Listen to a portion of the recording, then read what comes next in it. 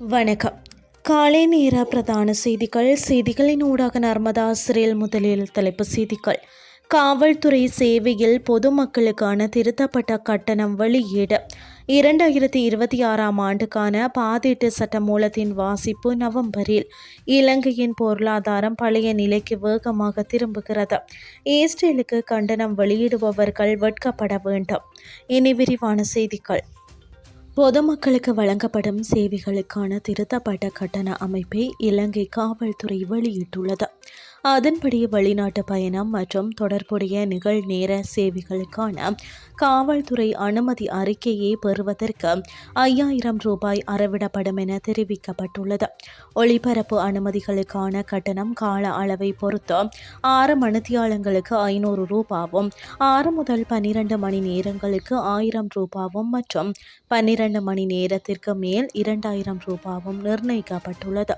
மத்திய கிழக்கு நாடுகளுக்கான பிரதேச காவல் நிலையங்களால் வழங்கப்படும் காவல் அறிக்கைகளுக்கு 500 ரூபாய் வசூலிக்கப்படும். அதே நேரத்தில் உள்நாட்டு நோக்கங்களுக்காக பொறுப்பதிகாரியால் வழங்கப்படும் அறிக்கைகளுக்கு 300 ரூபாவும், முறைப்பாடுகளின் நகல்கள் ஒரு பிரதிக்கு 50 ரூபாவும் வசூலிக்கப்படும் என காவல்துறை தெரிவித்துள்ளது.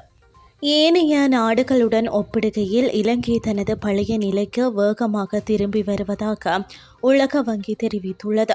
இலங்கை வரலாற்றில் மிகப்பெரிய நிதி ஒப்பீடுகளை செய்துள்ளதாகவும் 2021ஆம் ஆண்டு முதல் மொத்த உள்நாட்டு உற்பத்தியில் கிட்டத்தட்ட 8% சமனானது என்றும் உலக வங்கி தெரிவித்துள்ளது.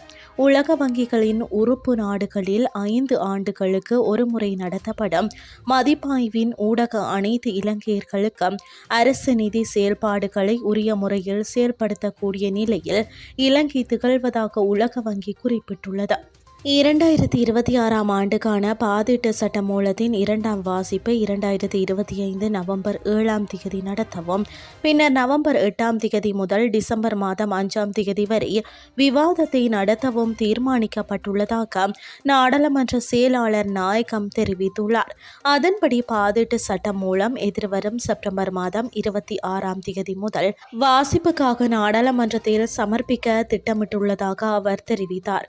நிதிக்கு பொறுப்பான அமைச்சராக ஜனாதிபதி 2025 நவம்பர் 7ஆம் திகதி பாதீட்டு சட்டமூலத்தின் 2வது வாசிப்பை நடத்துவார் என்றும், பின்னர் நவம்பர் 8 முதல் நவம்பர் 14 வரை 6 நாட்களுக்கு 2ஆம் வாசிப்பு விவாதத்தை நடத்துவார் என்றும் சபாநாயகர் ஜகத் விக்ரமரத்ன தலைமையில் நேற்று நடைபெற்ற நாடாளுமன்ற விவகார குழுவில் முடிவு செய்யப்பட்டுள்ளது.